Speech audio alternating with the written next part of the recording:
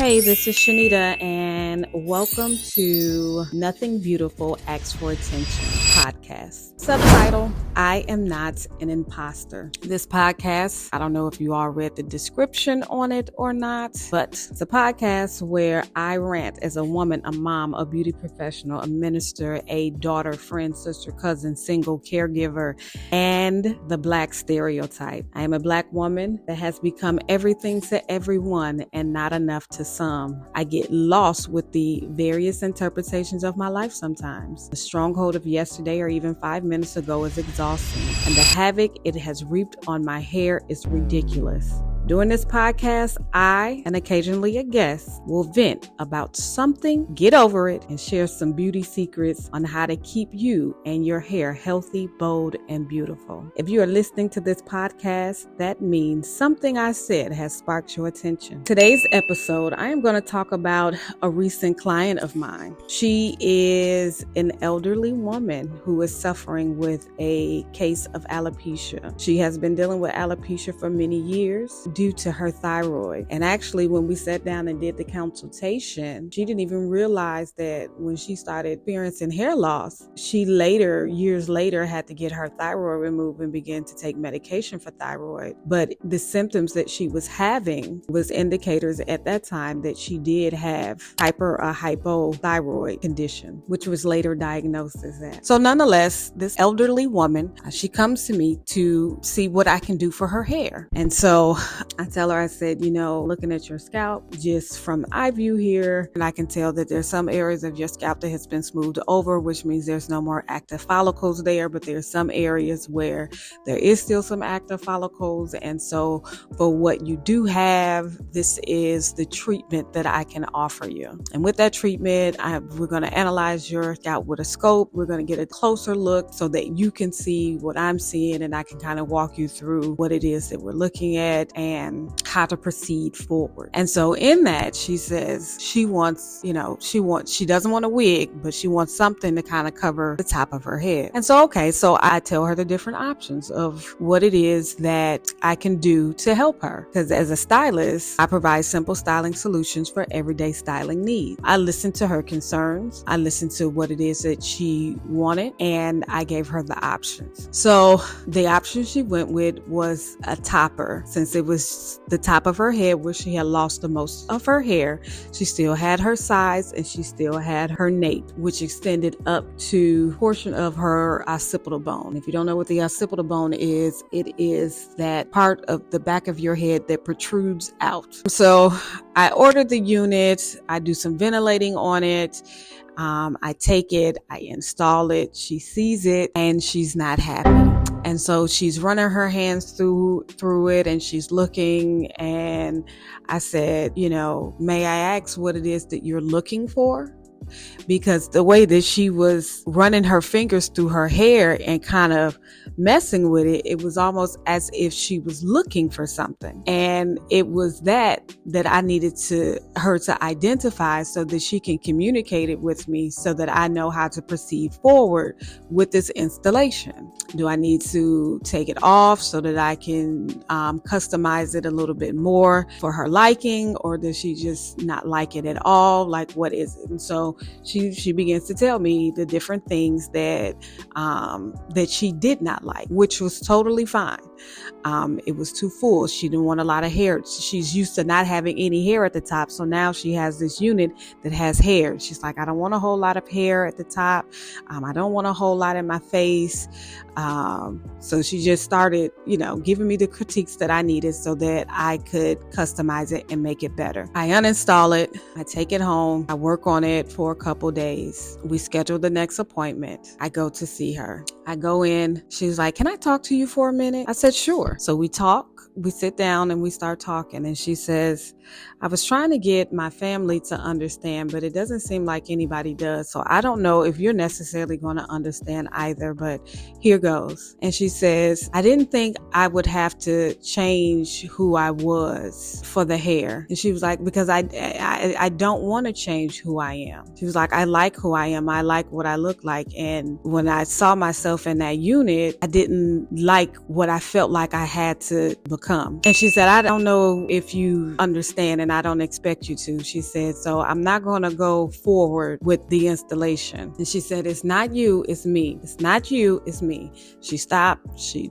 praying hands, leaned in, looked me in my eyes and said, it is not you, it is me. And I said, well, I do understand exactly where you're coming from. And I actually have this conversation with young people and 20 somethings, 30 somethings, 40 somethings, 50 somethings. When you put on hair, you do become a different person. And she didn't like the idea of becoming a different person when she put her hair on. I said, you do become a different person. It's almost like you have to become, not necessarily become, but you take on the characteristics of whatever it is that hair is giving at that time. You figure if you pay attention to when people put their wigs on or their lace front installs longer, the 20 inches, 22 inches longer, whatever, if they never swung their hair and flicked it back before, all of a sudden they take on that kind of sassiness. And so it's slinging the hair and flicking it back and everything that comes with having long hair. And so yes, you do become something else when you put on hair. And so I tried to help her find comfort in knowing that there's somebody that understands. I understand. And I went on to tell her I didn't wear makeup for a very long time. I said, because I didn't like the idea of me losing or forgetting what I look like.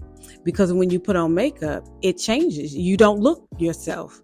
It enhances or change what you look like completely. And I want to be happy with what I look like without the makeup. I want to be confident. I want to be bold. I want to love myself. I don't want anything that would take the indentation, the impression that I have of myself with something made up, with something fake, with something false. And it's the same thing with hair. I never have hair. So when I put on my hair, and I told her, I said, I call it hair accessories.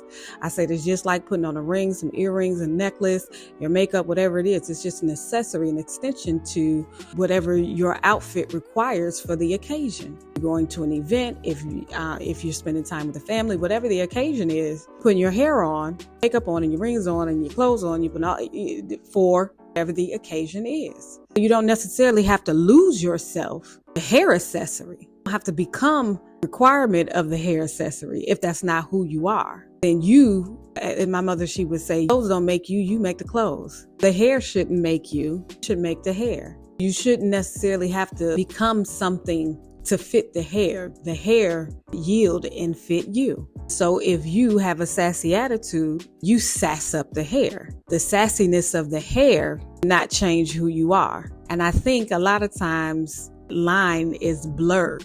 Some people catch it, some people don't. It happens. People become different when they put that hair on. It's become a whole nother character. One of the reasons why I like Nicki Minaj is because before she got started with rapping, she was a thespian. She was into theater. So her personality to me makes sense because when she's on stage, she's on stage. She creates a whole look and she embodies it and she becomes it and she's on. How many people in life is walking around on? Meaning you have created the character and you have dressed the character up.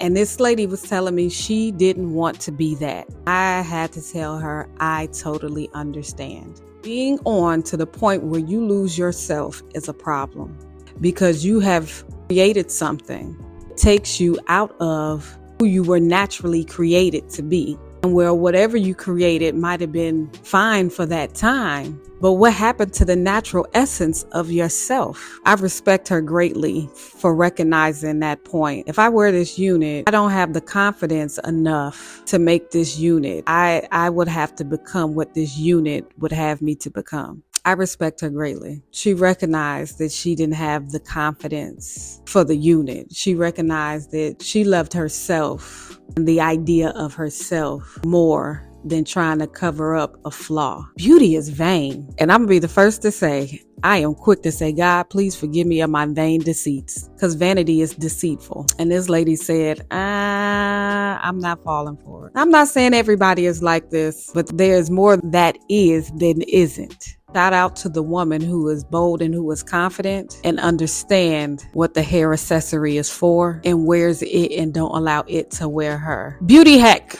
The beauty hack for today is, if you are wearing a hair unit, and I know you get your installs. If you are going to a stylist, if you have a regular stylist and you go to your stylist, that one stylist, and you listen to that one stylist, and you all are on a regimen every 60 to 90 days with your installs, that's great.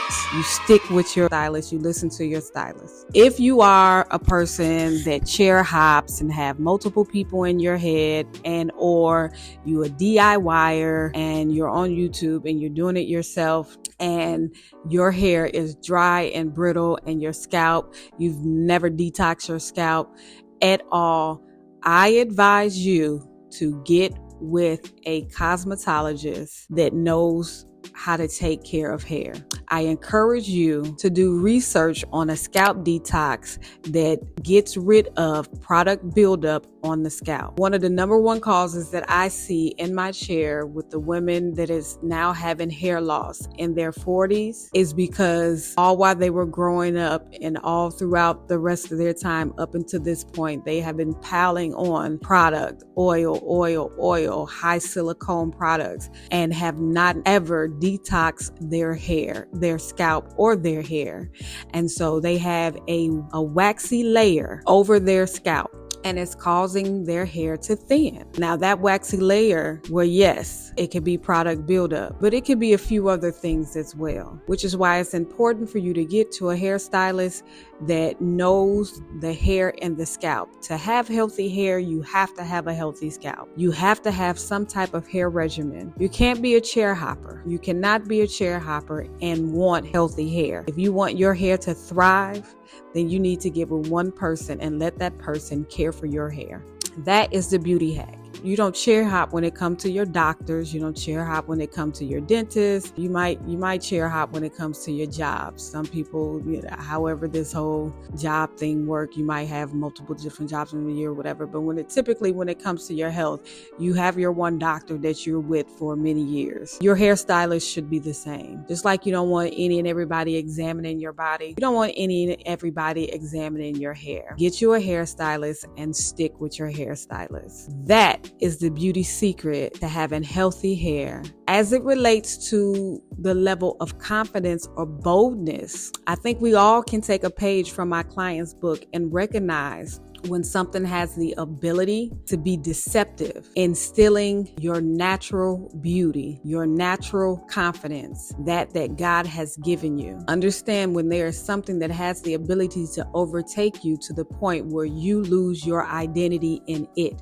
as opposed to you giving identity to it. Your bold is beautiful. Work it. This will conclude this episode of Nothing Beautiful Asks for Attention. I am not an imposter. I hope you enjoyed.